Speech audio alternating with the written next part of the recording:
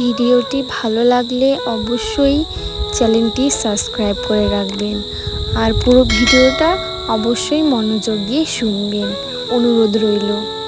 জীবনের প্রথম প্রেম কখনো ভোলা যায় না, কথাটি পুরোপুরি সত্য না হলে আংশিক সত্য। একটি মেয়েকে প্রচণ্ড ভালোবাসতাম।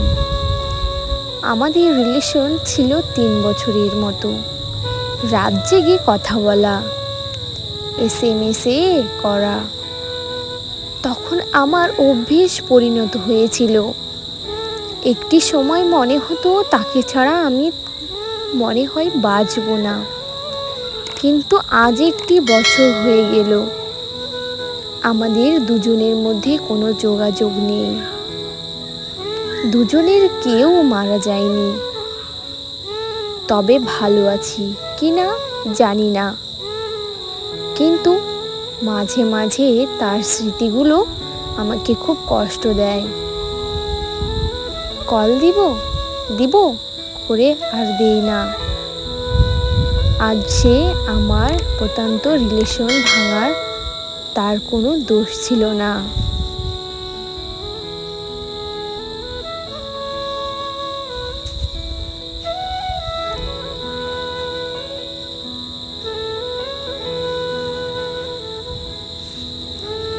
দোষ ছিল পরিস্থিতির।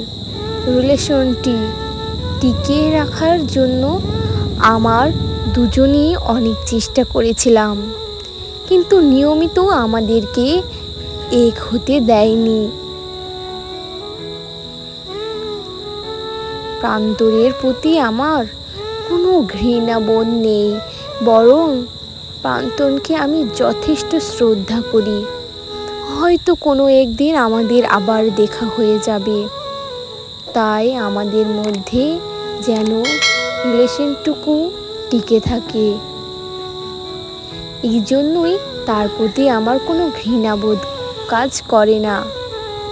সবাই নিজে থেকেই ছেড়ে চলে যায় না, কেউ কেউ পরিস্থিতির শিকার হয়। তাই প্রান্তনাকে কখনো দোষারোপ করবেন না।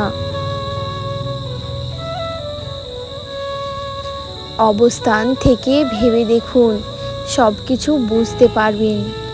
পরবর্তী পোস্ট পেতে আমাদের সাথে থাকুন। ধন্যবাদ।